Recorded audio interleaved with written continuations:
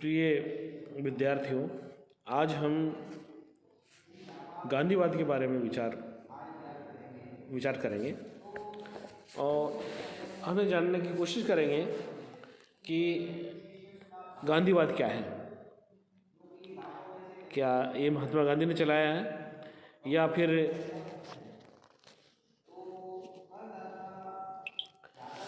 फिर यूँ कहें कि गांधीवाद नाम की क्या चीज़ है। और उसके बाद में हम चर्चा करेंगे गांधी का तत्वज्ञान और विचारधारा। प्रिय विद्यार्थियों, गांधी जी मूलतः राजनीतिक विचारक नहीं थे। उन्होंने स्वयं किसी विचारधारा का प्रतिपादन नहीं किया, न तो उन्होंने कोई इस प्रकार का दावा किया है। वो एक वस्तुतः कर्मयोगी थे। उनके राजनीतिक विचार, क्रियाकलाप, जीवन के प्रति उनके आध्यात्मिक और धार्मिक दृष्टिकोण का सहज परिणाम था। उन्होंने अपने पूरे जीवन को सत्य के अनुसंधान की प्रक्रिया के प्रति समर्पित किया। उन्होंने स्वयं लिखा है, गांधीवाद नाम की कोई चीज़ नहीं है, नहीं मैं अपने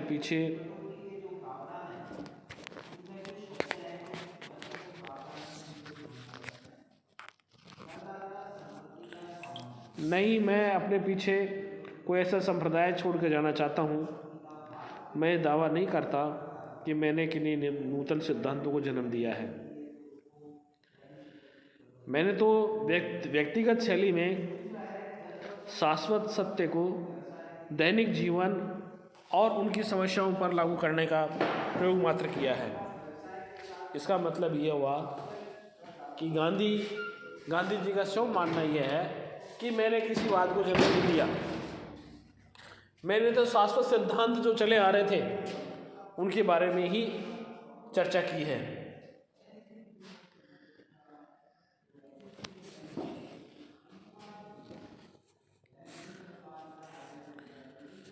मैंने जो निष्कर्ष निकाले हैं और परिणाम गठित किए हैं वे अंतिम नहीं हैं। मैं कल ही इन्हें बदल सकता हूँ।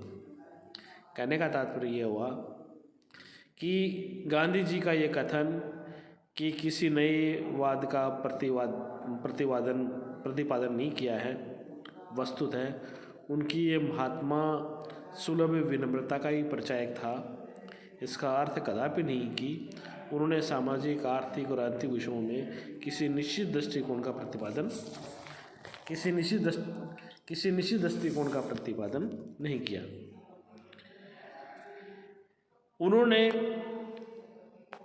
सत्य, अहिंसा और सत्याग्रह जैसे जो महत्वपूर्ण विषय थे उनके ऊपर विचार व्यक्त किया, लेकिन उसमें स्वयं जो आदि सनातन काल से चले आ रहे थे उसमें एक तरीके से नया जोड़ा। तो इसलिए वस्तुतः कहा जाता है कि वो कर्मयोगी थे, कर्म में विश्वास करते थे।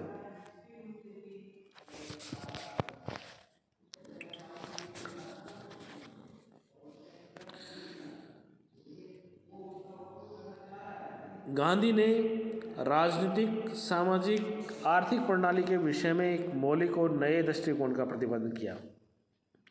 अब जैसे गांधी जी कहते हैं कि भाई मैंने कोई नया नहीं कहा है, मैंने तो जो सनातन काल से चले आ रहे थे विषय थे उन पर चर्चा की है। लेकिन हम ये कह सकते हैं कि गांधी जी ने राजनीतिक, सामाजिक, आर्थिक प्रणाली के विषयों में एक मौलिक और नए दृष्टिकोण का प्रतिपादन किया था। यह सत्य है कि उनके विचारों को राजनीतिक दर्शन के परंपरागत वर्गीकरण में बांधना संभव नहीं है। राजनीतिक और आर्थिक दर्शनों के संकीर्ण मतांतरों से परे उनकी विचारधारा शाश्वत मानवतावाद का निर्मल उद्घोष है। विनम्रतापूर्वक ये स्वीकार करते हुए कि वे स्वयं किसी नए वाद को जन्म नहीं दे रहे हैं, अपने मानवतावादी दर्शन के शाश्वत महत्व को समझते हुए उन्होंने स्वयं ये दावा किया था, गांधी मर सकता है, गांधीवाद सदा जीवित रहेगा। तो इस प्रकार से गांधी जी का स्वयं का कहना ये था कि गांधीवाद नाम की कोई चीज़ नहीं है। मैंने जो जिन सिद्धांतों को प्रतिपादित किया उनको कल ही चेंज कर सकता हूँ, लेकिन हम ये कह सकते हैं कि उन्होंने जिन विचारों को प्रतिपादित किया वो एक मौलिक और नए दृष्टिकोण का प्रतिपादन था।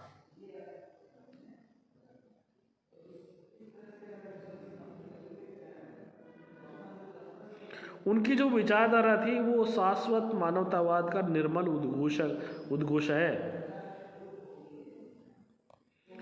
और ये एक तरीके से उनका ये कहना कि गांधीवाद मर सकता है, गांधीवाद नहीं, तो निश्चित रूप से हम कह सकते हैं कि गांधीवाद नाम की कोई चीज़ तो है।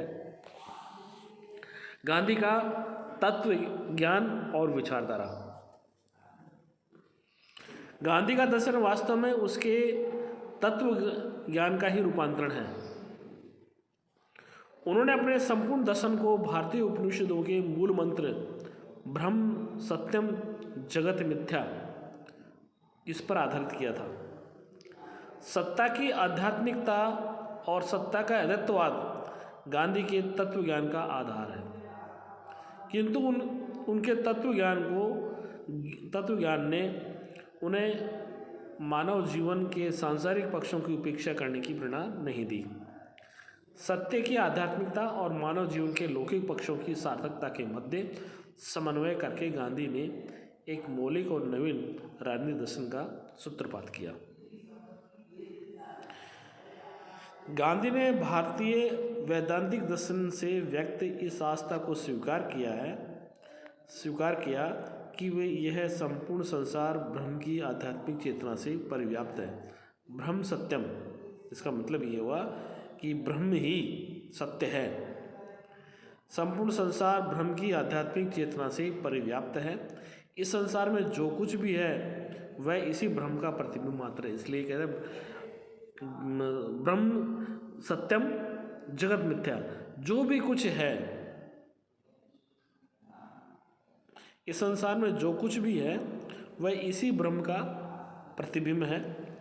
किंतु गांधी ने सत्ता के अद्वैत और उसकी आध्यात्मिकता के विचार से ये संदेश ग्रहण नहीं किया कि व्यक्ति को उस सत्य की साधना के लिए एकांत साधना में लग जाना चाहिए। गांधी ने स्वीकार किया कि ईश्वर की साधना का सच्चा मार्ग मानव जीवन की समस्याओं से दृढ़तापूर्वक संघर्ष करने के द्वारा ही प्रशस्त होता है। इस अर्थ में गांधी ने मानव जीवन के सांसारिक क्रियाकलाप को आध्यात्मिक लक्ष्य की प्राप्त बात ही महत्वपूर्ण और पवित्र माना है। गांधी ने स्वीकार किया कि संपूर्ण संसार और सृष्टि का कण कण एक परमात्मा की चेतना से व्याप्त है। इस संसार में जो परमात्मा है, इस पूरे संसार को चलाने वाली एक शक्ति है जो संपूर्ण संसार चल रहा है। इसको अद्वैतवाद की संज्ञा दे सकते हैं। तो गांधी जी ने स्वीकार किया कि संपूर्ण संसार और सृष्टि का कण कण एक परमात्मा की चेतना में व्याप्त है। इस परमात्मा को ईश्वर, ब्रह्म और सत्य कुछ भी नाम दिया जा सकता है। उन्होंने बल दिया कि इस संसार में ब्रह्म के अलावा सब कुछ अपूर्ण है, मतलब ये ब्रह्म ही सब कुछ है। अतः सभी व्यक्तियों का परम कर्तव्य अनवरत ब्रह्म से एकाकार हो जाने में निहित है।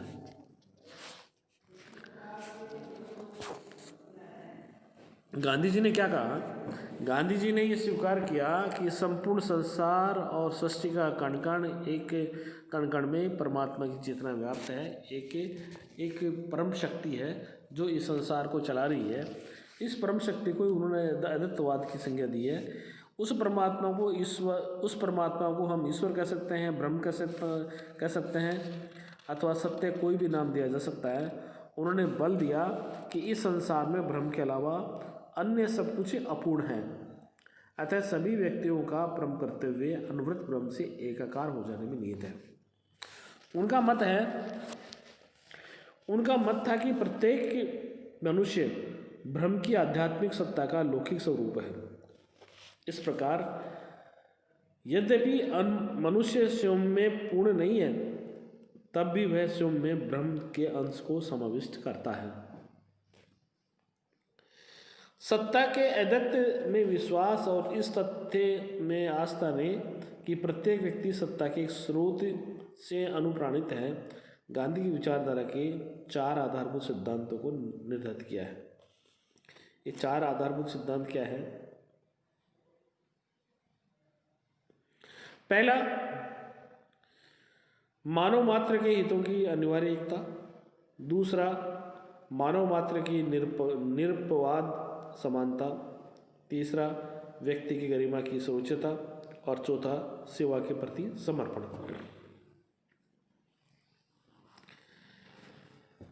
हम इसको पहले को लेते हैं। गांधी की विचारधारा के 4 आधारभूत सिद्धांत। पहला है मानव मात्र के हितों की अनिवार्य एकता। ईश्वर ही ईश्वर की संतान होने के कारण सभी मनुष्यों के हितों में के मध्य अनिवार्यतः एकता विद्यमान होती है। गांधी जी कहते थे कि एक ही ईश्वर की संतान होने के कारण सभी मनुष्यों के हितों में के मध्य अनिवार्य एकता विद्यमान होती है।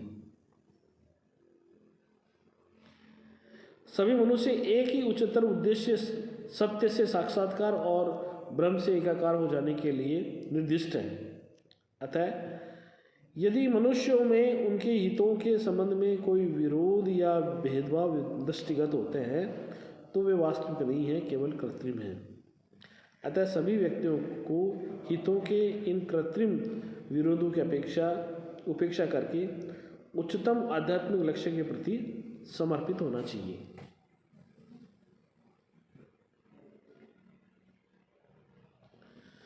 दूसरा है मानव मात्र की निरपवाद समानता।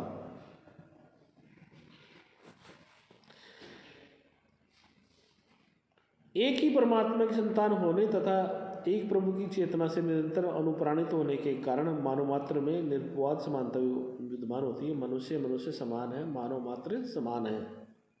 अतः मनुष्य के मध्य हीन श्रेष्ठ छोटे बड़े का भेदभाव करना परमेश्वर की सत्ता का निषेध करना है। गांधी जी ने कहा कि जो छुआछूत है ना, छुआछूत भारतीय समाज के लिए कलंक है और मैं इस कलंक को धो करके रहूँगा। इसके पीछे भावना ये थी कि मानव के बीच में कोई भेदभाव नहीं होना चाहिए और मनुष्य के बीच में छोटा बड़ा नीच और ऊंच नीच का जो भेदभाव है, ये एक तरीके से ईश्वर भी इसका विरोध करता है, निषेध करता है। अतः मानववाद की निरपवाद समानता पर गांधी जी का विश्वास था। तीसरा, व्यक्ति की गरिमा की सर्वोच्चता को गांधी जी स्वीकार करते थे। उनका ये कहना था कि व्यक्ति की जो गरिमा है, अस्मिता है, वो बनी रहनी चाहिए। व्यक्ति में ईश्वर का अंश विद्यमान है, अतः व्यक्ति की गरिमा का निषेध किसी भी मूल्य पर उचित नहीं कहा जा सकता। ईश्वर में विश्वास रखने वाले प्रत्येक मनुष्य का ये नैतिक कर्तव्य है कि वह व्यक्ति गरिमा के विरुद्ध होने वाले किसी भी अन्याय, उत्पीड़न अथवा दमन का पूरी क्षमता से विरोध करे। कहने का तात्पर्य यह है, गांधी जी ने व्यक्ति में ईश्वर का अंश माना है। व्यक्ति की अस्मिता, व्यक्ति की गरिमा सर्वोच्च है। व्यक्ति की गरिमा का निषेध किसी भी मूल्य पर उचित नहीं कहा जा सकता है। व्यक्ति की गरिमा पर ठेस नहीं पहुंचनी चाहिए। ईश्वर में विश्वास करने वाले प्रत्येक मनुष्य का ये नैतिक कर्तव्य है कि वह व्यक्ति गरिमा के विरुद्ध होने वाले किसी भी अन्याय अथवा दमन का पूरी क्षमता से विरोध करे। जहाँ व्यक्ति गरिमा पर चोट लगती है, वहाँ व्यक्तियों को चुप नहीं होना चाहिए और उन लोगों को उसका विरोध करना चाहिए। ऐसा महात्मा गांधी अपनी इस विचारधारा के सिद्धांतों में बताते हैं। गांधी की विचारधारा के 4 सिद्धांतों में एक सिद्धांत ये है कि व्यक्ति की गरिमा, dignity of man is supremacy. Is supreme, अर्थात व्यक्ति की गरिमा सर्वोच्च है, क्योंकि इसमें ईश्वर का अंश है। किसी भी मूल्य पर इसका एक तरीके से व्यक्ति की गरिमा को ठेस नहीं पहुंचनी चाहिए। व्यक्ति की गरिमा के खिलाफ कोई काम नहीं किया जाना चाहिए, और पूरी जहां व्यक्ति गरिमा का दमन हो रहा हो उसका पूरी तरह से विरोध करना चाहिए। चौथा है सेवा के प्रति समर्पण। ईश्वर की साधना मानव मात्र के प्रति प्रेम के माध्यम से की जा सकती है। मानव मात्र के प्रति प्रेम करना, ईश्वर को प्राप्त करना है, तो ईश्वर की साधना मानव मात्र के प्रति प्रेम की माध्यम से की जा सकती है, क्योंकि प्रत्येक मनुष्य में ईश्वर का अंश विद्यमान है। अतः ईश्वर की प्राप्ति एकांत में की गई आराधना से नहीं होगी। ईश्वर की प्राप्ति के लिए व्यक्ति द्वारा मानव मात्र की सेवा के प्रति समर्पण आवश्यक है। मानव मात्र की सेवा के प्रति अनवरत तत्परता ईश्वर की साधना का सर्वोत्तम मार्ग है।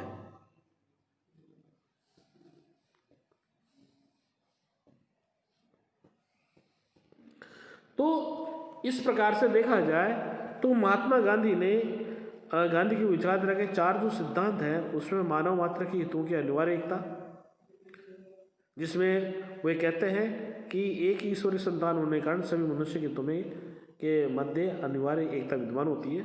सभी मनुष्य एक हैं और उनके बीच में किसी तरह से भेदभाव नहीं किया जा सकता है। दूसरा ये मानव में समानता होती है, मानव के बीच में भेदभाव नहीं होना चाहिए, और ऊंच नीच छुआछूत का उन्होंने विरोध किया। तीसरा गरिमा, डिग्निटी में मेन है, डिग्निटी बनी रहनी चाहिए, व्यक्ति गरिमा पर ठेस नहीं लगनी चाहिए।